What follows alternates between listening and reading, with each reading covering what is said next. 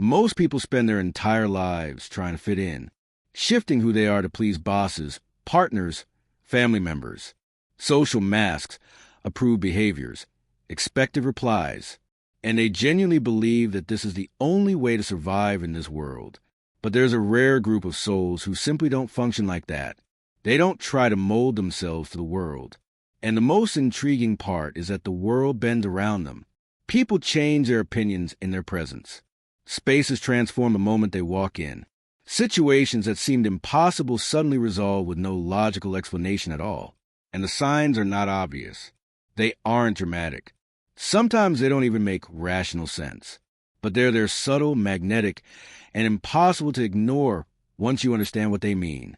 If you've always felt that you cannot force yourself to be someone you're not, if you've noticed that when you stand firmly in who you are, the world somehow rearranges itself around you, then here are the 3 rarest signs that you don't adapt to the world.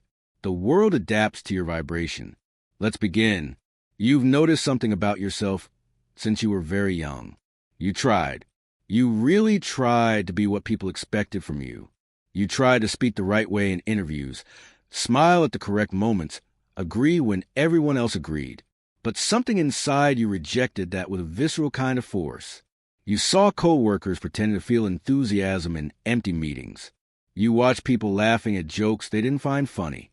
You saw friends betraying their own essence just to be accepted. And even when you attempted to do the same, you simply couldn't sustain it. It wasn't laziness. It wasn't rebellion. It was as if your body energetically refused to vibrate at a false frequency. The mask grew heavy. Your voice would sound forced. Your smile never reached your eyes. And something inside you sabotaged performance before it could solidify. This is the first sign of someone whose vibration is simply too strong to be shaped by others. You aren't unadaptable because you're weak. You are unbending because your internal frequency has an integrity that cannot be corrupted, like a tuning fork that can only resonate with its original note. You cannot vibrate outside your truth for very long. And hey, erase the twist. The world labels this as a flaw. Maybe you've been called difficult, stubborn, uncooperative, problematic. Maybe they said you needed to be more flexible, more diplomatic, more professional. But what were you, really? A frequency too pure to be distorted. A soul whose authenticity does not allow internal betrayal. You weren't being difficult. You were being impossible to corrupt. And as you grew older, something remarkable started to happen. You stopped trying to fit in. And the moment you stood firmly in who you truly are, people around you began to shift. Bosses who demanded conformity suddenly respected your opinion. Partners who once tried to shape you began to admire your steadiness. Situations that seemed to require you to bend simply resolved themselves in different ways. You didn't win through force.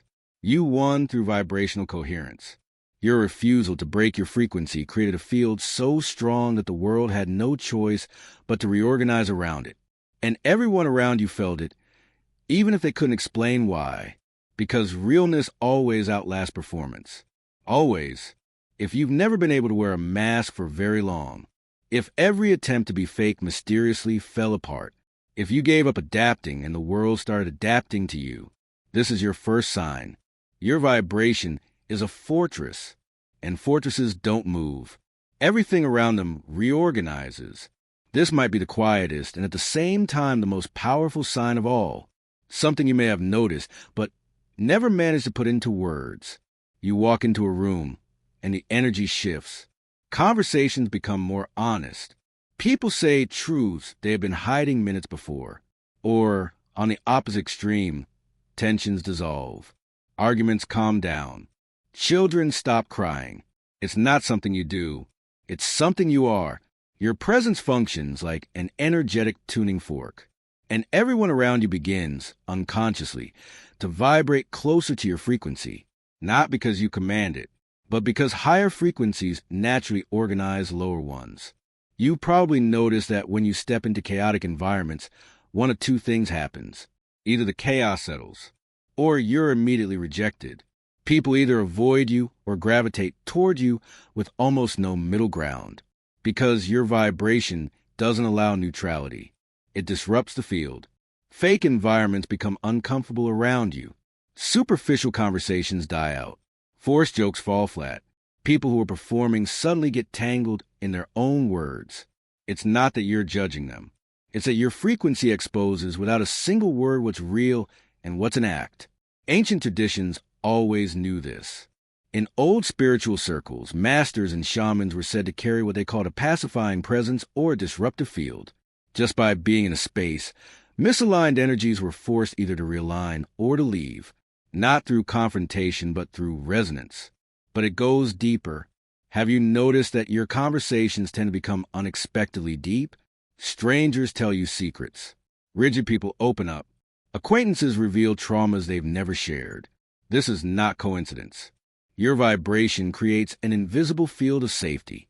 When someone steps into it, the ego relaxes, the performance falls away, and truth emerges. You never asked for this role.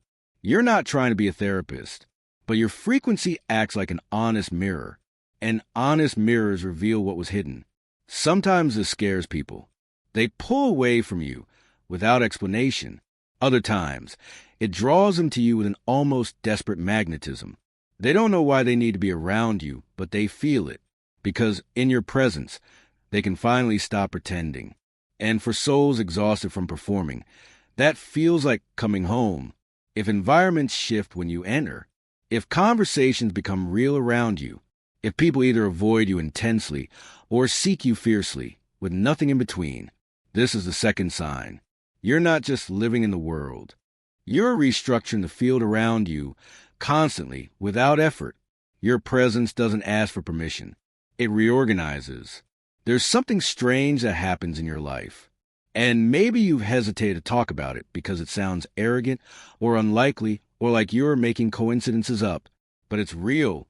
You don't force paths, and yet they open. You don't knock desperately on doors, and yet they unlock as you approach. You don't beg for opportunities, and yet they appear at exactly the right time. You don't manipulate people, and yet they change their minds in your favor, without persuasion. Let me give you examples. You decide you need to leave a job, and that same week, an unexpected offer arrives. You feel a relationship has ended, and within days, the other person reaches the same conclusion, freeing both of you. You decide you need time alone, and suddenly, plans cancel themselves as if the universe cleared your schedule. Other people call this luck, but you know it isn't luck. It's as if the universe listens to your inner decisions before you even speak them, and begins shifting the pieces of your reality so your external world matches your internal clarity. While others negotiate, argue, and convince, you simply decide, and reality bends. While others fight against locked doors, you step away and new doors open on their own. While others plan 10 steps ahead, you feel one step, and that step always leads exactly where it needs to. But here's what most people don't understand. The synchronicity doesn't happen because you're privileged. It happens because you've stopped vibrating at the frequency of struggle.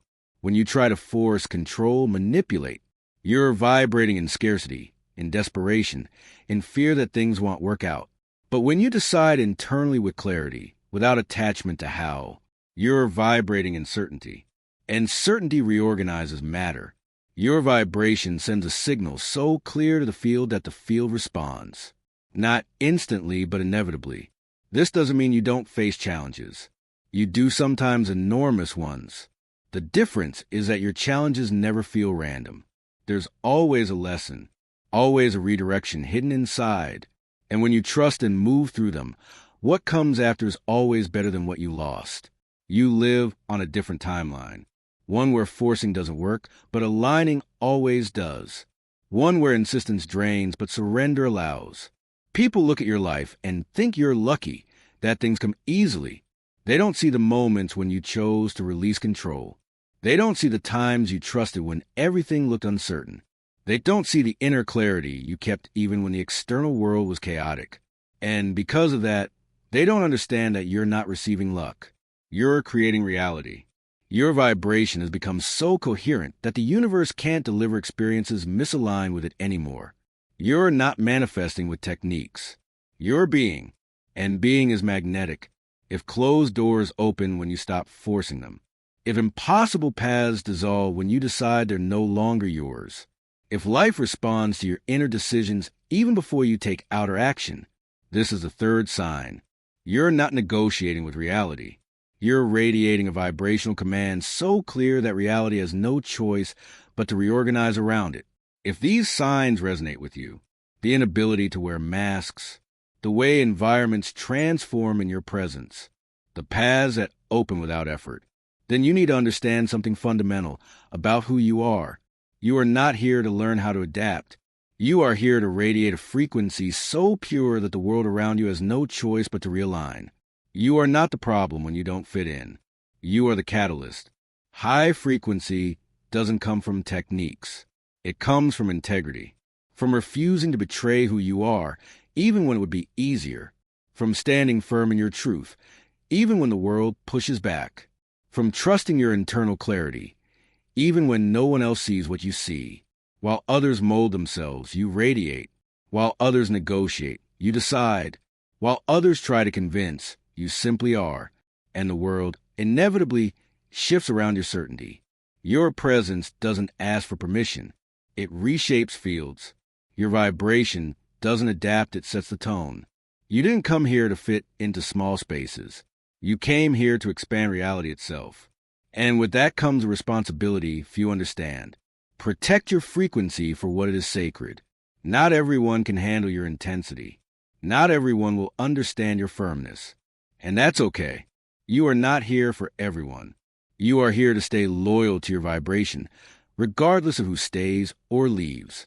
The more aligned you are, the more the world bends around you. Not because you fight, but because you do not break. And what does not break eventually shapes everything around it. Comment below. I don't adjust. I radiate.